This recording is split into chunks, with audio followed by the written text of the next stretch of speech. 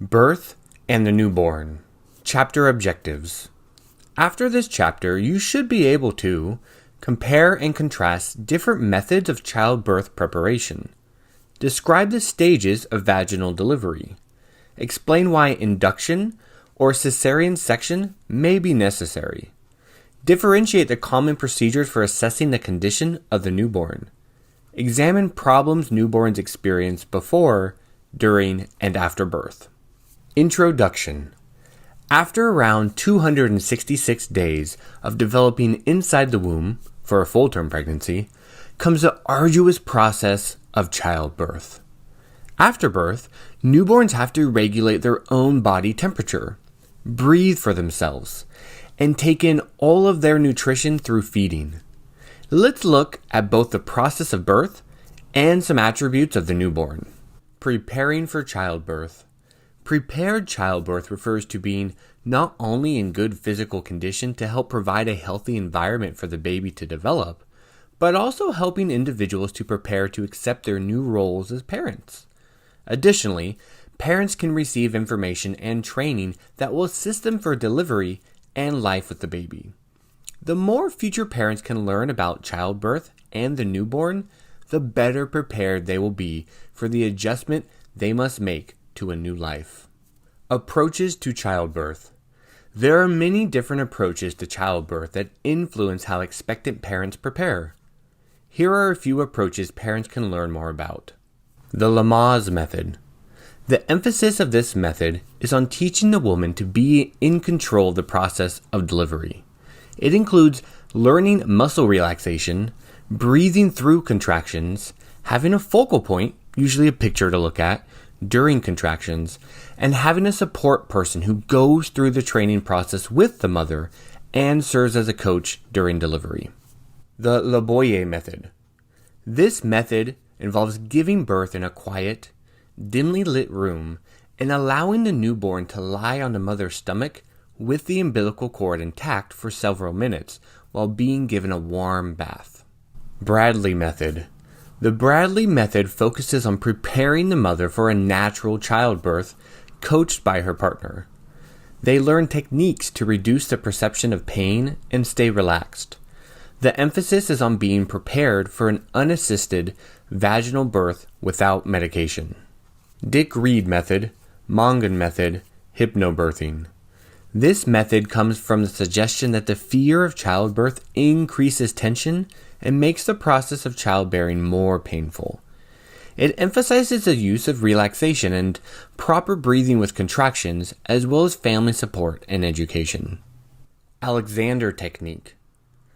This is a technique that can be used during childbirth that involves training to stop habitual reactions to pain, such as tensing muscles, and increase conscious awareness and control over posture and movement. This involves being able to move freely and stay upright during labor, and using body positioning that is beneficial to the labor process. Water birth involves immersion in warm water. Proponents believe this method is safe and provides many benefits for both mother and infant, including pain relief and a less traumatic birth experience for the baby. However, critics argue that the procedure introduces unnecessary risk to the infant, such as infection or water inhalation. Lotus birth, or umbilical cord non-severance, UCNS. This is the practice of leaving the umbilical cord uncut after childbirth, so that the baby is left attached to the placenta until the cord naturally separates at the umbilicus. This usually occurs within 3 to 10 days after birth. The practice is performed mainly for spiritual purposes of the parents, including the perceived spiritual connection between the placenta and the newborn. Silent birth, sometimes known as quiet birth, is a birthing procedure advised by L. Ron Hubbard and advocated by Scientologists, in which everyone attending the birth should refrain from spoken words as much as possible. Medicated childbirth. Healthcare providers can provide pain relief during labor with different types of medication, including epidurals, spinal blocks, combined spinal epidurals, and systemic and local analgesia. There are benefits and side effects of each. Choosing location of childbirth and who will deliver. The vast majority of births occur in a hospital setting. However, 1% of women choose to deliver at home. Women who are at low risk for birth complications can successfully deliver at home. More than half, 67% of home deliveries are by certified nurse midwives.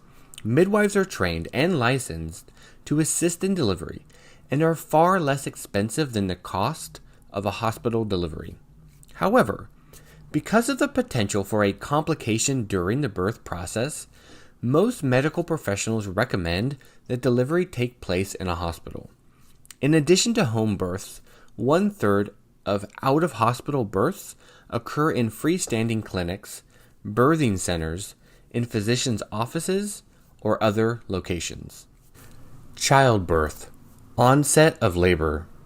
Childbirth typically occurs within a week of a woman's due date, unless the woman is pregnant with more than one fetus, which usually causes her to go into labor early. As a pregnancy progresses into its final weeks, several physiological changes occur in response to hormones that trigger labor. A common sign that labor is beginning is the so-called bloody show. During pregnancy, a plug of mucus accumulates in the cervical canal, blocking the entrance to the uterus.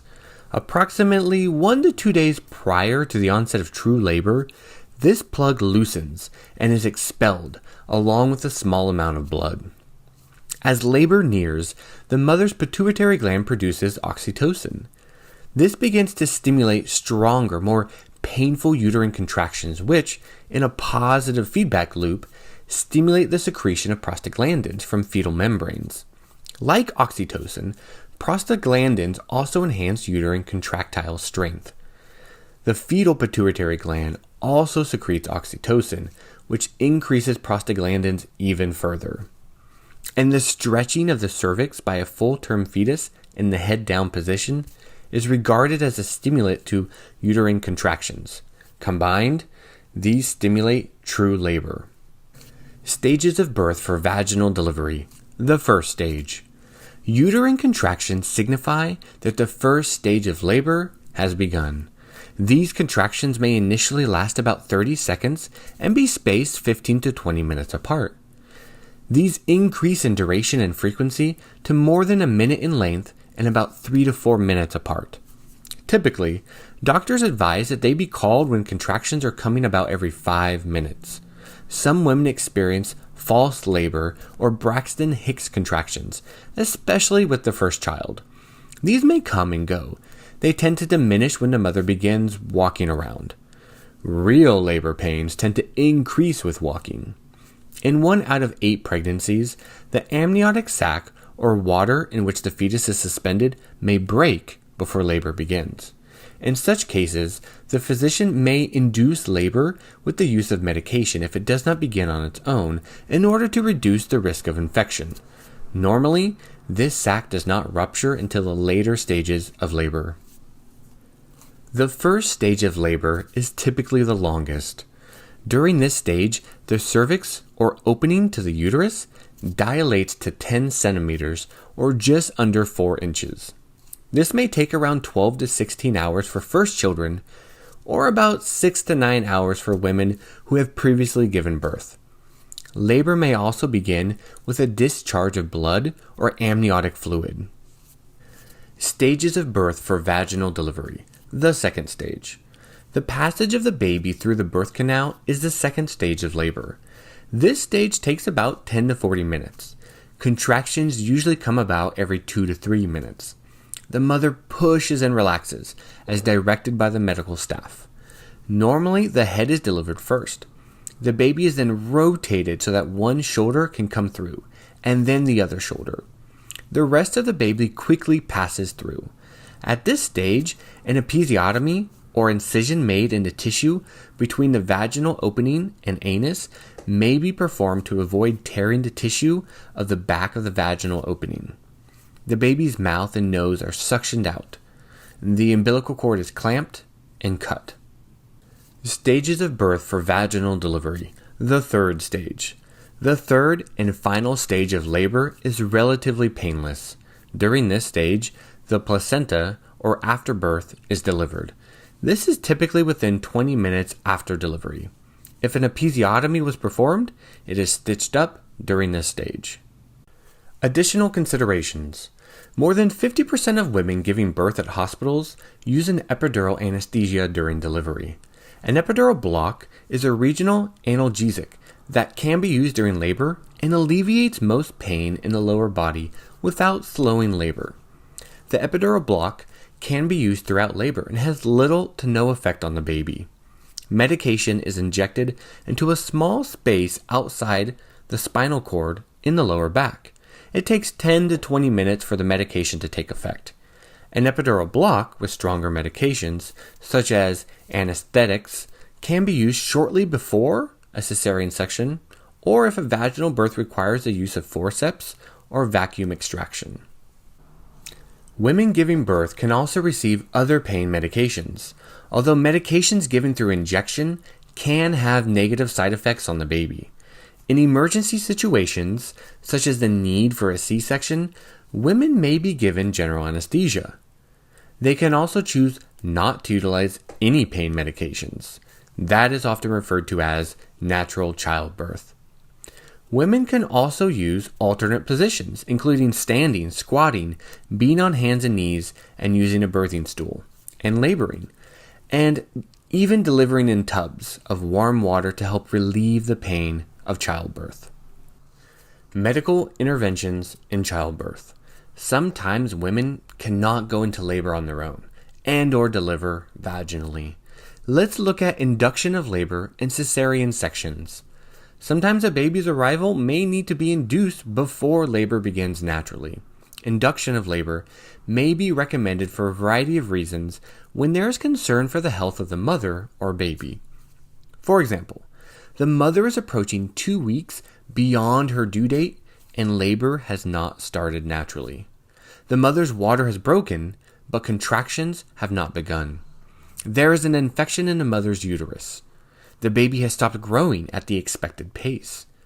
There is not enough amniotic fluid surrounding the baby. The placenta peels away, either partially or completely, from the inner wall of the uterus before delivery. The mother has a medical condition that might put her or her baby at risk, such as high blood pressure or diabetes. A cesarean section, C-section, is surgery to deliver the baby by being removed through the mother's abdomen. In the United States, about 1 in 3 women have their babies delivered this way. Most C-sections are done when problems occur during delivery unexpectedly. These can include health problems in the mother, signs of distress in the baby, not enough room for the baby to go through the vagina, the position of the baby, such as a breech position where the head is not in the downward position. C-sections are also more common among women carrying more than one baby. Although the surgery is relatively safe for the mother and baby, it is considered major surgery and carries health risks. Additionally, it also takes longer to recover from a C-section than from vaginal birth. After healing, the incision may leave a weak spot in the wall of the uterus. This could cause problems with an attempted vaginal birth later. In the past, doctors were hesitant to allow a vaginal birth after a C-section. However, now more than half of women who have a C-section go on to have a vaginal birth later. This is referred to as vaginal birth after cesarean, VBAC. The newborn. Assessing the newborn. The APGAR assessment is conducted 1 minute and 5 minutes after birth. This is a very quick way to assess the newborn's overall condition. 5 measures are assessed: heart rate, respiration, muscle tone, assessed by touching the baby's palm, reflex response, the Babinski reflex is tested, and color. A score of 0 to 2 is given on each feature examined. An APGAR of 5 or less is cause for concern. The second APGAR should indicate improvement with a higher score.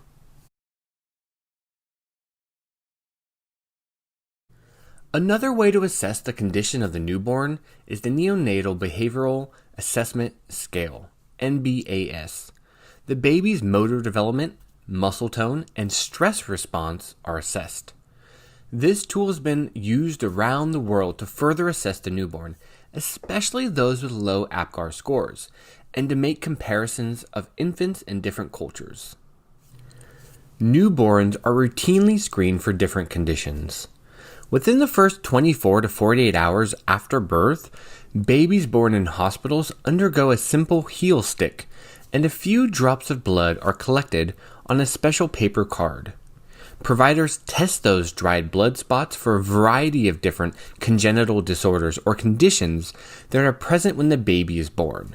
In California, newborns are now screened for 80 different genetic and congenital disorders. Newborns are also screened for hearing disorders and certain serious heart problems using methods other than dried blood spots. Problems of the newborn. Anoxia. Anoxia is a temporary lack of oxygen to the brain. Difficulty during delivery may lead to anoxia, which can result in brain damage or, in severe cases, death.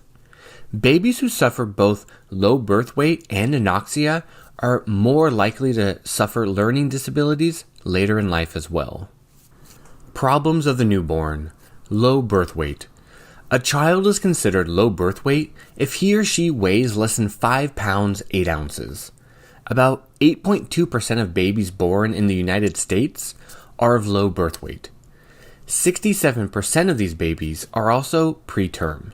A low birth weight baby has difficulty maintaining adequate body temperature because it lacks the fat that would otherwise provide insulation. Such a baby is also at more risk for infection. Very low birth weight babies, 2 pounds or less, have an increased risk of developing cerebral palsy. Many causes of low birth weight are preventable with proper prenatal care. Problems of the newborn. Preterm. A newborn might also have a low birth weight if it is born at less than 37 weeks gestation, which qualifies it as a preterm baby. Early birth can be triggered by anything that disrupts the mother's system. For instance, vaginal infections can lead to premature birth because such infection causes the mother to release anti-inflammatory chemicals, which, in turn, can trigger contractions. Smoking and the use of other teratogens can lead to preterm birth. A significant consequence of preterm birth includes respiratory distress syndrome, which is characterized by weak and irregular breathing. Premature babies often cannot yet regulate their own temperature or feed by nursing or bottle. They may struggle to regulate their heart rate effectively and may experience jaundice. They often require care in the neonatal intensive care unit, NICU, until they are as healthy as full-term baby. Infants that have birth weights that are below expectation based on their gestational age are referred to as small for date. These infants may be full-term or preterm, but still weigh less than 90% of all babies of the same gestational age. This is a very serious situation for newborns, as their growth was adversely affected.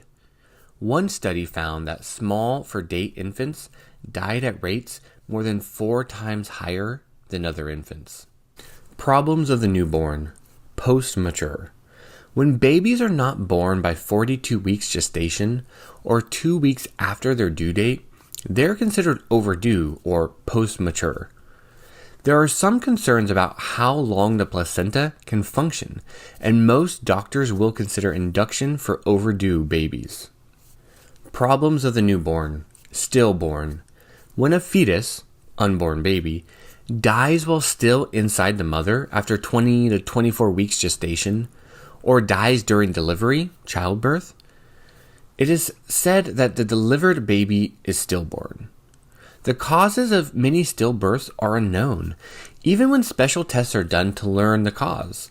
Possible causes include nicotine, alcohol, or drugs taken by the mother during pregnancy, physical trauma, radiation poisoning, Rh disease, and umbilical cord problems.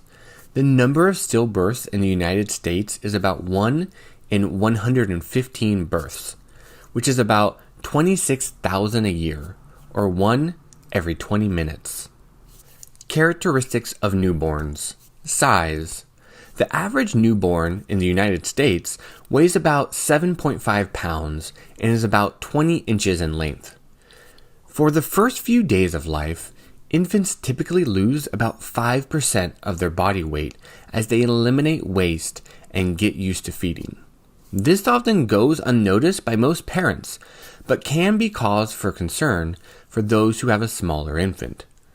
This weight loss is temporary, however, and is followed by a rapid period of growth. Characteristics of newborns. Brain development. Some of the most dramatic physical change that occurs during this period is in the brain. At birth, the brain is about 25% its adult weight, and this is not true for any other part of the body. While most of the brain's 100 to 200 billion neurons are present at birth, they are not fully mature. During the next several years, dendrites, or connections between neurons, will undergo a period of transient exuberance or temporary dramatic growth. Characteristics of newborns. Body proportions.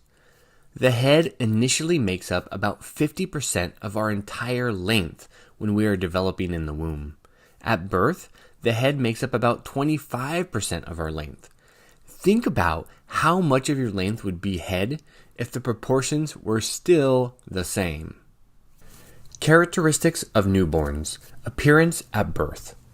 During labor and birth, the infant's skull changes shape to fit through the birth canal, sometimes causing the child to be born with a misshapen or elongated head. It will usually return to normal on its own within a few days or weeks.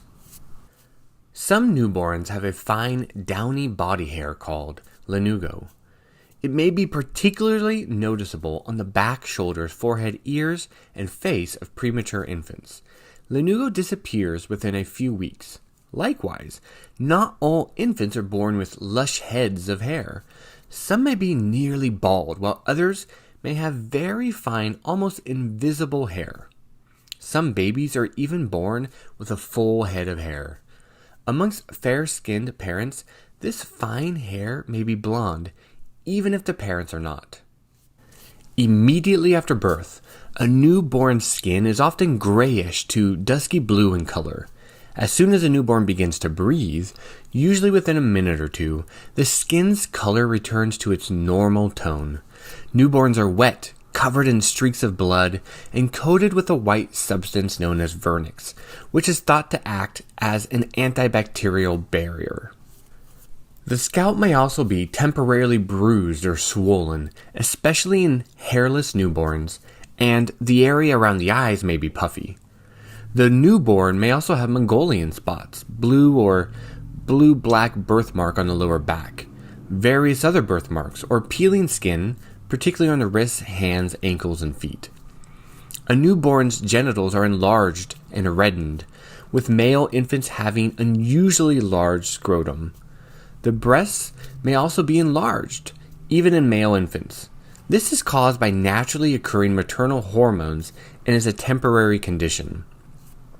The umbilical cord of a newborn is bluish-white in color. After birth, the umbilical cord is normally cut, leaving a 1 to 2 inch stub.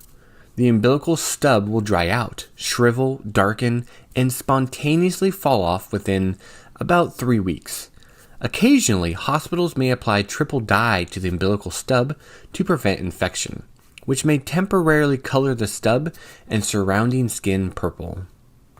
Newborns lose many of the previously mentioned physical characteristics quickly. Thus, older babies look very different.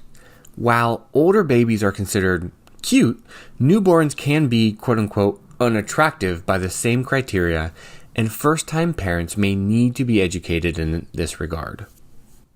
Characteristics of newborns. Sleep. A newborn typically sleeps approximately 16.5 hours per 24-hour period.